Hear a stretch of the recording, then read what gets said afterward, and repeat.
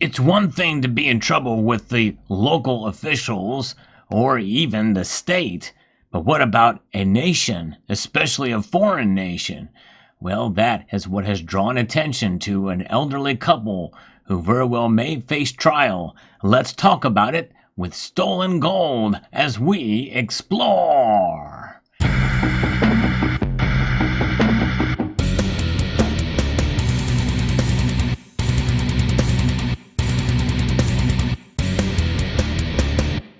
Stolen gold, much like what you see in the picture here, could be that is the focus and the centerpiece of a trial that is being sought after. I'm going to be referencing here an article from CBS News. Before we get there, I want to thank North Star Stacker for sending me the piece and remind you of Summit Metals, the channel sponsor. They've got an ever-growing supply of silver and gold products, and now they carry platinum. Yes, indeed. So check out summitmetals.com.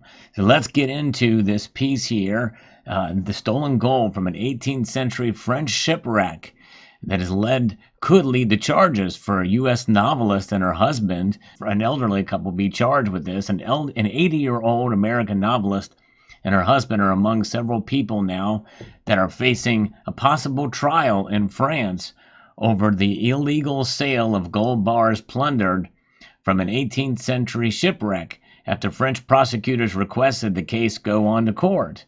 Eleanor Gay Courtier and her 82-year-old husband Philip have been accused of helping to sell the bullion online for a French diver who stole it decades ago, but have denied knowledge of any wrongdoing. Well, already we can see there's, a situation here where I can see how they may not have understood the history behind this or even knew it was stolen. So I hope that the French officials will keep that in mind. Le Prince de Conti, a French ship trading with Asia, sank off the coast of Brittany during a stormy night in the winter of 1746. Of the 229 men aboard, only 45 managed to survive, according to France's Culture Ministry. Its wreck was discovered more than 2 centuries later, back in 1974, lying in 30 to 50 feet of water near the island of Belle-le-Nemire, if I'm pronouncing that correctly, which I'm probably not. But I'll tell you what, 30 to 50 feet, that's not that far down.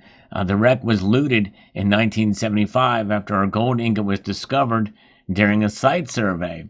So imagine, if you will, perhaps if it was discovered, how would other people know about it? Who discovered it?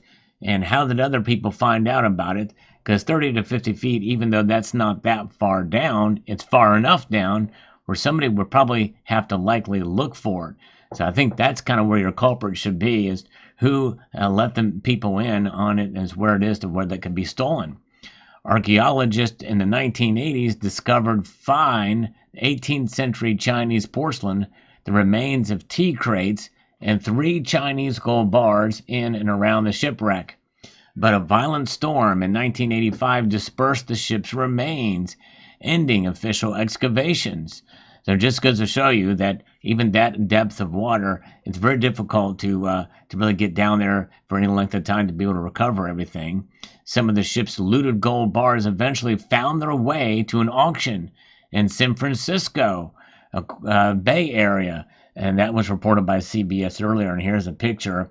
And if we took a look here, this is a larger image that shows some of the pieces, the gold bars. They are quite something else to see. Man, what a story this is. So back in 2018, the head of France's underwater archaeology department, Michael Leheur, spotted a suspicious sale of 5 gold ingots on a U.S. auction house website.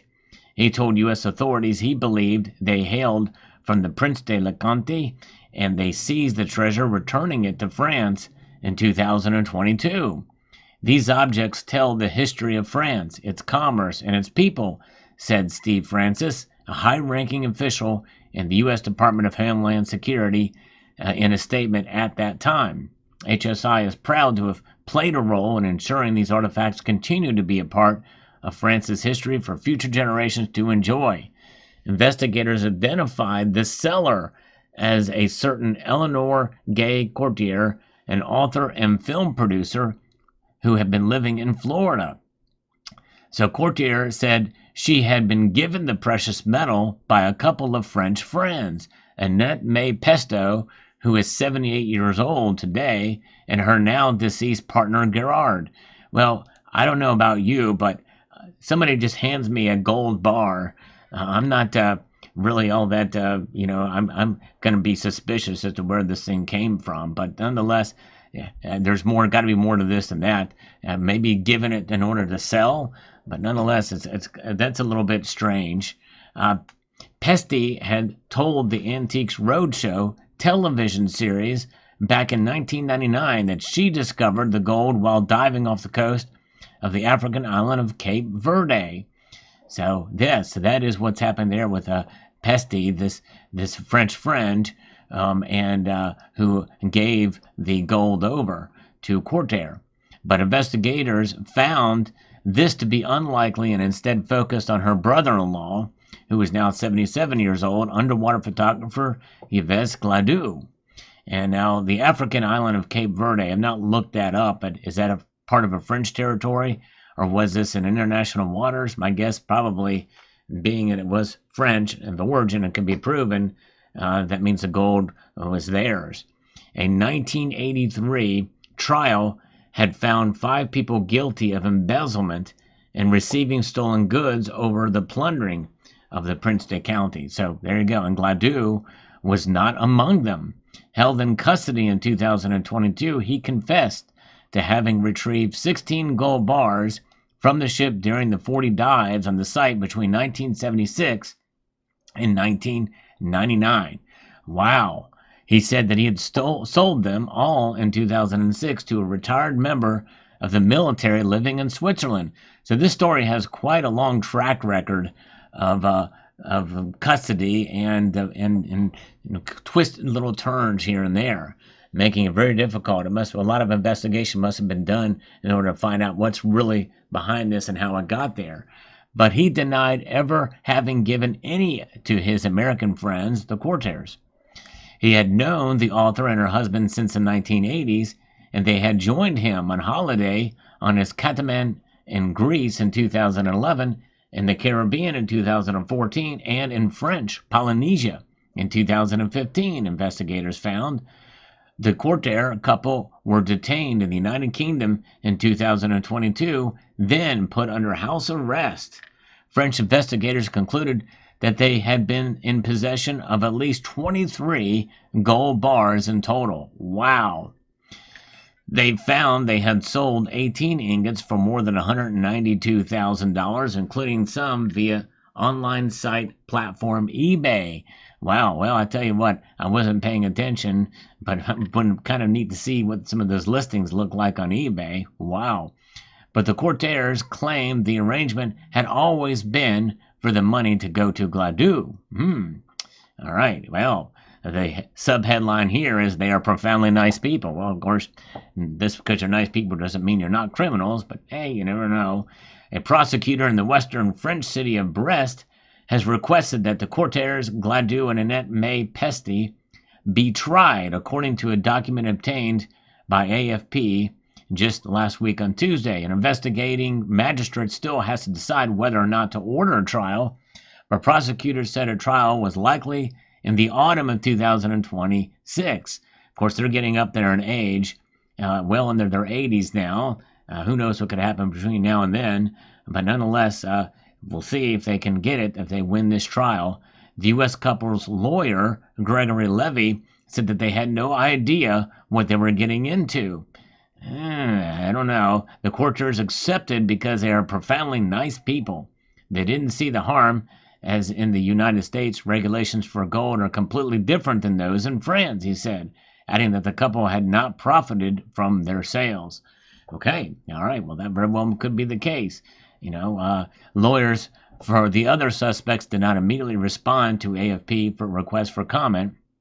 Courtier has written several fiction and non-fiction books, some nautical themed, according to the website.